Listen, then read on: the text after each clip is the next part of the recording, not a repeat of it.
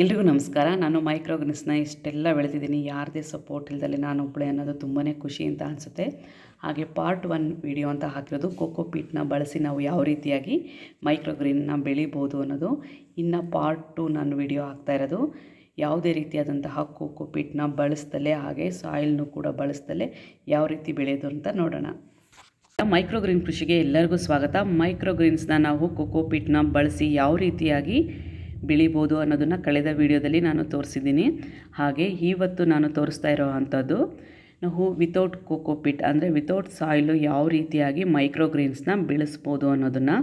ನಾವು ಇದಕ್ಕೆ ಯಾವುದೇ ರೀತಿಯಾದಂತಹ ಮಣ್ಣಾಗಲಿ ಅಥವಾ ಕೋಕೋಪೀಟ್ ಯಾವುದನ್ನು ಕೂಡ ಬಳಸ್ದಲೇ ಟಿಶ್ಯೂ ಪೇಪರು ಹಾಗೆ ಕಾಟನ್ ಬಟ್ಟೆಯನ್ನು ಬಳಸಿ ನಾವು ಮೈಕ್ರೋಗ್ರೀನ್ಸ್ನ ಸುಲಭವಾಗಿ ಬೆಳಿಬೋದು.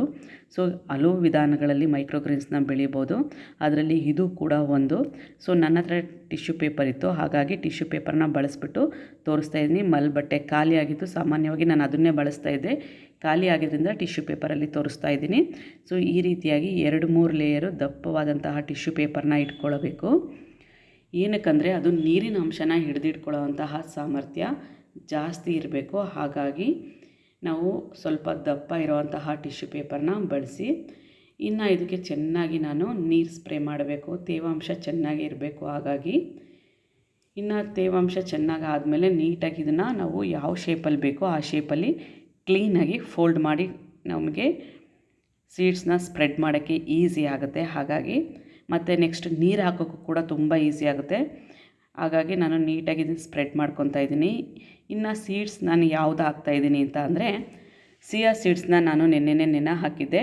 ಹಿಂದಿನ ದಿನವೇ ಚೆನ್ನಾಗಿ ಅದನ್ನು ನೆನೆ ಹಾಕಿದ್ರಿಂದ ಸೊ ಈ ರೀತಿಯಾಗಿದೆ. ನಾವು ಯಾವುದನ್ನೇ ಸಿಯಾ ಸೀಡ್ಸ್ ಒಂದೇ ಅಲ್ಲದಲೇ ಯಾವುದೇ ಸೊಪ್ಪು ತರಕಾರಿಗಳ ಎಲ್ಲವನ್ನೂ ಕೂಡ ಈ ರೀತಿಯಾಗಿ ನಾವು ಬೆಳ್ಕೊಬೋದು. ಸೊ ನಾವು ಟಿಶ್ಯೂ ಪೇಪರ್ ಇಲ್ಲ ಅನ್ನೋರು ಕಾಟನ್ ಬಟ್ಟೆ ಮನೆಯಲ್ಲೇ ಇರುತ್ತೆ, ತೆಳುವಾದಂತಹ ಕಾಟನ್ ಬಟ್ಟೆನ ಬಳಸಿ ನೀವು ಬೆಳ್ಕೊಬೋದು. ಇಲ್ಲಾಂದರೆ ಇತ್ತೀಚೆಗೆ ಮಾರ್ಕೆಟಲ್ಲಿ ಸಾಕಷ್ಟು ವಿವಿಧವಾದಂತಹ ಮ್ಯಾಟ್ಗಳು ಮೈಕ್ರೋಗ್ರೀನ್ಸ್ ಬೆಳೆಸೋಕ್ಕೆ ಸಿಗ್ತಾ ಇದೆ. ಸೊ ಅದನ್ನು ಕೂಡ ನಾವು ಯೂಸ್ ಮಾಡಿ ಮೈಕ್ರೋಗ್ರೀನ್ಸ್ನ ಬೆಳಿಬೋದು. ಇನ್ನು ಈ ರೀತಿಯಾಗಿ ತೆಳುವಾಗಿ ನಾನು ಕ್ಲೀನಾಗಿ ಎಲ್ಲ ಕಡೆ ಸ್ಪ್ರೆಡ್ ಮಾಡ್ಕೊಂಡಿದ್ದೀನಿ. ಕ್ಲೀನಾಗಿ ಸ್ಪ್ರೆಡ್ ಮಾಡಿದ ಮೇಲೆ ಒಂದು ಪ್ಲೇಟನ್ನು ಈಗ ಮುಚ್ಚಿ ಇಡಬೇಕಾಗುತ್ತೆ. ಇದನ್ನು ನಾವು 2 ದಿನ ಹಾಗೆ ಇಡ್ತೀನಿ. 2 ದಿನ ಹಾಗೆ ಇಟ್ಟು ನೆಕ್ಸ್ಟ್ ಡೇ ನೋಡಿ ಈಗ ತೆಗೆದಿದ್ದೀನಿ. ತುಂಬಾ ಚೆನ್ನಾಗಿ ಮೊಳಕೆ ಬಂದಿದೆ. ಸೊ ಅದು ನಾವು ಬೆಳಕಿಗೆ ಇಡೋದ್ರಿಂದ ಮತ್ತೆ ಕ್ಲೀನಾಗಿ ಗಿಡಗಳು ಬೆಳೆಯೋಕ್ಕೆ ಸಹಾಯ ಆಗುತ್ತೆ. ಇನ್ನು ನಾನು ಇದನ್ನು ಎಳೆ ಬೆಳಕಲ್ಲಿ ಇಡಬೇಕಾಗುತ್ತೆ. ನೀವು ಬಾಲ್ಕನಿಲಾರು ಇಡ್ಕೋಬೋದು, ಇಲ್ಲ ಅಂತಂದರೆ LED ಲೈಟೆಲ್ಲರೂ ಇಡ್ಕೋಬೋದು. ಆದರೆ ಗಾಳಿ ಆಡಬೇಕು ತುಂಬ ಚೆನ್ನಾಗಿ. ಅಂಥ ಜಾಗದಲ್ಲಿ ಇಟ್ಟು ನೀರು ಹಾಕೋದ್ರಿಂದ ನೋಡಿ ಎಷ್ಟು ಚೆನ್ನಾಗಿ ಎಲೆಗಳು ಬರ್ತಾ ಇದೆ. ಇನ್ನು ಈ ಗಿಡಕ್ಕೆ ನೀರು ಹಾಕಬೇಕು ಅಂತ ಬಂದಾಗ ನಿಧಾನವಾಗಿ ಹಾಕಬೇಕಾಗುತ್ತೆ. ಹಾಗೆ ಇಲ್ಲಾಂದರೆ ಆ ಟಿಶ್ಯೂ ಪೇಪರ್ ಎತ್ತಿಬಿಟ್ಟು ಕೂಡ ನೀರು ಹಾಕಿದರೆ ಸಾಕು. ಎಷ್ಟು ಬೇಕಷ್ಟು ಇಟ್ಕೊಂಡು ಪ್ಲೇಟ್ನ ಸ್ವಲ್ಪ ವಾರೆ ಮಾಡಿದರೆ ಎಲ್ಲ ನೀರು ಹೊರಗಡೆ ಬರುತ್ತೆ. ನೀರು ಹಾಕೋದು ತುಂಬಾ ಈಸಿ ಆಗುತ್ತೆ. ಹಾಗೆ ಇನ್ನು ಯಾವುದೇ ಮೈಕ್ರೋಗ್ರೀನ್ಸ್ ಆದ್ರೂ ಕೂಡ 7ರಿಂದ 21 ದಿನದ ಒಳಗಡೆ ಕಟ್ ಮಾಡ್ಬೋದು. ಆದರೆ ಇದು ಬೇಗನೆ ಬೆಳೆಯೋದ್ರಿಂದ ಸುಮಾರು 10ರಿಂದ 12 ದಿನದಲ್ಲಿ ಚೆನ್ನಾಗಿ ಬೆಳೆದು ಬಿಡುತ್ತೆ. ಸೊ ನಮಗೆ ಕಟ್ ಮಾಡೋಕ್ಕೆ ರೆಡಿ ಆಗುತ್ತೆ. ನೋಡಿ ಎಷ್ಟು ಚೆನ್ನಾಗಿ ಬಂದಿದೆ ಅಂತ ಹೇಳಿ. ಸೊ ನಾನು ಈ ರೀತಿಯಾಗಿ ಸಾಮಾನ್ಯವಾಗಿ ಬೆಳ್ಕೊತೀನಿ, ತುಂಬಾ ಚೆನ್ನಾಗಿ ಬರುತ್ತೆ. ಸೊ ಖಂಡಿತವಾಗ್ಲೂ ನೀವು ಒಂದ್ಸಲ ಟ್ರೈ ಮಾಡಿ ಹೇಗೆ ಬರುತ್ತೆ ಅನ್ನೋದು. ಇದರಲ್ಲಿ ಇನ್ನೊಂದು ಅಡ್ವಾಂಟೇಜ್ ಏನು ಗೊತ್ತಾ, ನಾವೆಲ್ಲರೂ ಹೊರಗಡೆ ಹೋಗ್ತೀವಿ ಅಂದಾಗ ಬಾಕ್ಸಲ್ಲಿ ಹಾಕ್ಕೊಂಡು ತೊಗೊಂಡೋಗ್ಬೋದು. ಟ್ರಿಪ್ಗೆ ಹೋಗ್ತೀವಿ ಅಂತ ಅಂದಾಗ ಏನೇ ರೀತಿಯಾದಂತಹ ಈ ಕೋಕೋಪೀಟ್ ಎಲ್ಲ ಸ್ಪ್ರೆಡ್ ಆಗುತ್ತೆ, ಚೆಲ್ಲುತ್ತೆ, ಆ ರೀತಿ ಯಾವುದೇ ಟೆನ್ಷನ್ ಇರೋಲ್ಲ. ಸೊ ನೀಟಾಗಿ ಒಂದು ಬಾಕ್ಸಿಗೆ ಹಾಕಿ ತೊಗೊಂಡೋಗ್ಬೋದು. ಇಲ್ಲ ನಾವು ಯಾರಿಗಾದರೂ ಕೊಡ್ತೀವಿ ಅಂತ ಅಂದರೆ ಕೂಡ ಆರಾಮಾಗಿ ಈ ರೀತಿಯಾಗಿ ತೆಗೆದುಬಿಟ್ಟು ಬಾಕ್ಸಲ್ಲಿ ಹಾಕಿ ಬೇರೆ ಯಾವುದಾದ್ರು ಕಂಟೈನರಲ್ಲಿ ಹಾಕಿ ನಾವು ಬೇರೆಯವರಿಗೆ ಕೊಡೋಕ್ಕೂ ಕೂಡ ಈಸಿ ಆಗುತ್ತೆ. ಇನ್ನು ನಾವು ಇದಕ್ಕೆ ಯಾವ ನೀರನ್ನು ಹಾಕಬೇಕು ಅಂತ ತುಂಬ ಜನ ಕಮೆಂಟ್ ಮಾಡ್ತೀರಾ. ಸೊ ನೀರನ್ನ ನಾವು ಕುಡಿಯೋ ಅಂತಹ ನೀರನ್ನು ಹಾಕಿದರೆ ಸಾಕು, ಚೆನ್ನಾಗಿ ಬರುತ್ತೆ. ಇನ್ನು ಬಾವಿ ನೀರಾಗಲಿ ಅಥವಾ ಕುಡಿಯೋ ನೀರು ಕಾವೇರಿ ನೀರಾದರೂ ಯಾವುದಾದ್ರೂ ಹಾಕಿದರೆ ಸಾಕು, ಚೆನ್ನಾಗಿ ಬರುತ್ತೆ. ಹಾಗೆ ಈ ಮೈಕ್ರೋಗ್ರೀನ್ಸ್ನ ನಾವು ಬೆಳೆಸಬೇಕಾದ್ರೆ ಮುಖ್ಯವಾಗಿ ಹುಳಗಳು ಬರೋದೊಂದು ಇರುತ್ತೆ. ಸೊ ಇದರ ಬರೋದು ತುಂಬಾ ಕಡಿಮೆ, ಬರೋದೇ ಇಲ್ಲ ಅಂತ ಅಂದ್ಕೊಳ್ಳಿ. ಸೊ ನನಗಂತೂ ಇಲ್ಲಿ ತನಕ ಯಾವುದೇ ಹುಳ ಬಂದಿಲ್ಲ. ಸೊ ಹುಳ ಬರೋದು ತುಂಬಾ ಕಡಿಮೆ ಈ ರೀತಿಯಾಗಿ ಬೆಳೆಯೋದ್ರಿಂದ. ನೋಡಿ ನೀಟಾಗಿದೆ, ಫ್ರೆಶ್ ಆಗಿದೆ. ಸೊ ಎಲ್ಲಾದರೂ ತೊಗೊಂಡು ಹೋಗೋಕ್ಕೂ ಈಸಿ ಇದೆ, ಯಾರಿಗಾದ್ರೂ ಕೊಡೋಕ್ಕೂ ಕೂಡ ಈಸಿಯಾಗಿರುತ್ತೆ. ಅವರು ಕೂಡ ಇನ್ನೂ ಒಂದು 4 ದಿನ ಹಾಗೆ ಇಟ್ಕೊಂಡು ಬೇಕಿದ್ರೆ ಕಟ್ ಮಾಡ್ಕೊಬೋದು. ಇಲ್ಲಾಂದರೆ ಎಷ್ಟು ಬೇಕಷ್ಟು ನಾವು ಕಟ್ ಮಾಡ್ಕೊಬೋದು. ಇಲ್ಲ ಕಟ್ ಮಾಡಿ ನಾವು ಊರಿಗೆ ಹೋಗ್ತೀವಿ ಅಂತ ಅಂದರೆ ಯಾವುದಾದ್ರು ಬಾಕ್ಸಲ್ಲಿ ಹಾಕಿ ಇಡೋದ್ರಿಂದ ಕೂಡ ಫ್ರೆಶ್ ಆಗಿ ಇರುತ್ತೆ. ಸೊ ಇದು ಒಂದು ವಿಧಾನ ಮೈಕ್ರೋಗ್ರೀನ್ನ ಬೆಳೆಯೋದು. ನಾವು ಬರೀ ಕೋಕೋಪೀಟಲ್ಲಷ್ಟೇ ಮೈಕ್ರೋಗ್ರೀನ್ನ ಬೆಳೆಯೋದು ಅಂತ ತುಂಬ ಜನ ಅಂದ್ಕೊಂಡಿರ್ತಾರೆ. ಸಾಕಷ್ಟು ವಿಧಾನಗಳಿಂದ ನಾವು ಮೈಕ್ರೋಗ್ರೀನ್ಸ್ನ ಬೆಳೆಸ್ಬೋದು. ಬರೀ ಟಿಶ್ಯೂ ಪೇಪರ್ ಆಗಲಿ ಅಥವಾ ಮಲ್ಬಟ್ಟೆ ಆಗಲಿ ಅಥವಾ ಕೋಕೋಪೀಟ್ ಆಗಲಿ ಇಷ್ಟೇ ಅಲ್ಲದಲೇ ಸಾಕಷ್ಟು ಮಾರ್ಕೆಟಲ್ಲಿ ಈಗ ಮ್ಯಾಟ್ಗಳು ಅದನ್ನು ಬಳಸಿ ನಾವು ಕೋಕೋಪೀಟ್ನ ಬೆಳಿಬೋದು. ಸೊ ಒಂದು ರೀತಿಲಿ ನೀವು ಟ್ರೈ ಮಾಡಿದಾಗ ನಿಮಗೊಂದು ಐಡಿಯಾಗಳು ಬರುತ್ತೆ.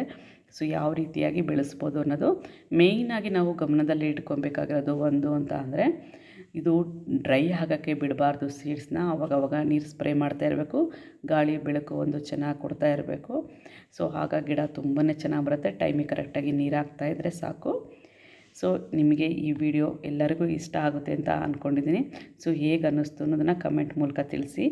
ಇನ್ನು ಕೆಳಗಡೆ ಕಟ್ ಮಾಡಿ ಉಳಿಯುವಂತಹ ಮ್ಯಾಟ್ ಕೂಡ ವೇಸ್ಟ್ ಆಗೋಲ್ಲ. ಅದನ್ನು ಕೂಡ ನಾವು ಗೊಬ್ಬರಕ್ಕೆ ಕ್ಲೀನಾಗಿ ಬಿಡಿಸ್ಬಿಟ್ಟು ಹಾಕಿದರೆ ಒಳ್ಳೆ ಗೊಬ್ಬರ ಕೂಡ ಆಗುತ್ತೆ ಗಿಡಕ್ಕೆ. ನೋಡಿ ಎಷ್ಟು ಬಂದಿದೆ ಅಂತ ಹೇಳಿ, ಸಾಕಷ್ಟು ಬಂದಿದೆ. ಒಂದು ಚಿಕ್ಕ ಪ್ಲೇಟಲ್ಲಿ ಹಾಕ್ಕೊಂಡ್ರೆ ಸಾಕು. ಸುಮಾರು ಮನೆಯಲ್ಲಿ 4-5 ಜನಕ್ಕಂತೂ ಖಂಡಿತವಾಗ್ಲೂ ಆಗುತ್ತೆ. ಸೊ ನಾವು ಮನೆಯಲ್ಲೇ ಬೆಳೆದಿದ್ವಿ, ತುಂಬ ಹೈಜೆನಿಕ್ ಆಗಿದೆ, ಹಾಗೇ ತಿಂದ್ಬಿಡೋಣ ಅಂತ ಮಾಡೋಕ್ಕೆ ಹೋಗಬೇಡಿ. ಸಣ್ಣ ಪುಟ್ಟ ಸೂಕ್ಷ್ಮವಾದ ಧೂಳುಗಳು ಏನಾದರೂ ಬಿದ್ದಿದ್ರೂ ಕೂಡ ಒಂದ್ಸಲಿ ನಾವು ಕ್ಲೀನಾಗಿ ಉಗುರು ಬೆಚ್ಚಿನ ನೀರಲ್ಲಿ ಕ್ಲೀನಾಗಿ ತೊಳೆದುಬಿಟ್ಟು ಲಘುವಾಗಿ ತೊಳಿಬೇಕು. ತುಂಬಾ ಇದು ಎಳೆ ಗಿಡ ಆಗಿರೋದ್ರಿಂದ ತುಂಬ ಸ್ಮೂತಾಗಿ ಒಂದ್ಸಲಿ ನೀರು ಹಾಕಿ ತೆಗೆದುಬಿಟ್ಟು ನಂತರ ಇದನ್ನು ಬಳಸೋದು ತುಂಬಾ ಒಳ್ಳೆಯದು. ಎಷ್ಟು ಫ್ರೆಶ್ ಆಗಿ ಎಷ್ಟು ಚೆನ್ನಾಗಿದೆ ನೋಡಿ. ಸೊ ಇನ್ನು ನಾವು ಕಟ್ ಮಾಡಿ ಉಳಿಯುವಂತಹ ಕೆಳಗಡೆ ಈ ಥರ ಮ್ಯಾಟ್ ಬರುತ್ತಲ್ಲ, ಅಥವಾ ನೀವೇನಾದರೂ ಬಟ್ಟೆ ಹಾಕಿದರೆ ಅದು ಬೇಗ ಗೊಬ್ಬರ ಆಗೋದು ಕಷ್ಟ ಆಗುತ್ತೆ. ಕಟ್ ಮಾಡಿ ಪೀಸ್ ಮಾಡಿ ಹಾಕಬೇಕಾಗುತ್ತೆ. ಇಲ್ಲ ಅಂತಂದರೆ ಈ ರೀತಿ ಟಿಶ್ಯೂ ಪೇಪರ್ ಆದರೆ ಕ್ಲೀನಾಗಿ ಇದನ್ನು ಬಿಡಿಸ್ಬಿಟ್ಟು ಗಿಡಕ್ಕೆ ಹಾಕೋದ್ರಿಂದ ಒಳ್ಳೆ ಗೊಬ್ಬರ ಕೂಡ ಆಗುತ್ತೆ ಗಿಡಕ್ಕೆ. ಸೊ ಮೈಕ್ರೋಗ್ರೀನ್ಸಲ್ಲಿ ಯಾವುದೂ ಕೂಡ ವೇಸ್ಟ್ ಅನ್ನೋದು ಇರಲ್ಲ ಬೆಳಿಬೇಕಾದ್ರೆ. ಸೊ ಎಲ್ಲವೂ ಕೂಡ ಯೂಸ್ ಆಗುತ್ತೆ. ಸೊ ಇದು ಒಂದು ವಿಧಾನ ತೋರಿಸ್ತಾ ಇದ್ದೀನಿ. ಸೊ ನಿಮ್ಮೆಲ್ಲರಿಗೂ ಈ ವಿಡಿಯೋ ಇಷ್ಟ ಆಗುತ್ತೆ ಅಂತ ಅಂದ್ಕೊಂಡಿದ್ದೀನಿ. ಇಷ್ಟ ಆದರೆ ಲೈಕ್ ಮಾಡಿ, ಶೇರ್ ಮಾಡಿ, ಹಾಗೆ ಸಬ್ಸ್ಕ್ರೈಬ್ ಆಗಿ ಬೆಲ್ ಬಟನ್ನ ಖಂಡಿತವಾಗ್ಲೂ ಪ್ರೆಸ್ ಮಾಡಿ. ಯಾಕಂತ ಅಂದರೆ ನೆಕ್ಸ್ಟ್ ನಾನು ಯಾವಾಗ ವಿಡಿಯೋ ಬರುತ್ತೆ, ಸೊ ಯಾವಾಗ ನಾನು ಲೈವ್ ಬರ್ತೀನಿ ಅನ್ನೋದೆಲ್ಲವೂ ಕೂಡ ನಿಮಗೆ ಗೊತ್ತಾಗುತ್ತೆ. ಸೊ ಈ ವಿಡಿಯೋ ಇಲ್ಲಿಗೆ ಮುಗಿಸ್ತಾ ಇದ್ದೀನಿ. ಮತ್ತೊಂದು ವಿಡಿಯೋದೊಂದಿಗೆ ಮತ್ತೆ ಸಿಗ್ತೀನಿ. ಧನ್ಯವಾದಗಳೊಂದಿಗೆ ಮಮತಾ. ಖಂಡಿತವಾಗ್ಲೂ ಸಬ್ಸ್ಕ್ರೈಬ್ ಆಗೋದನ್ನು ಮರಿಬೇಡಿ.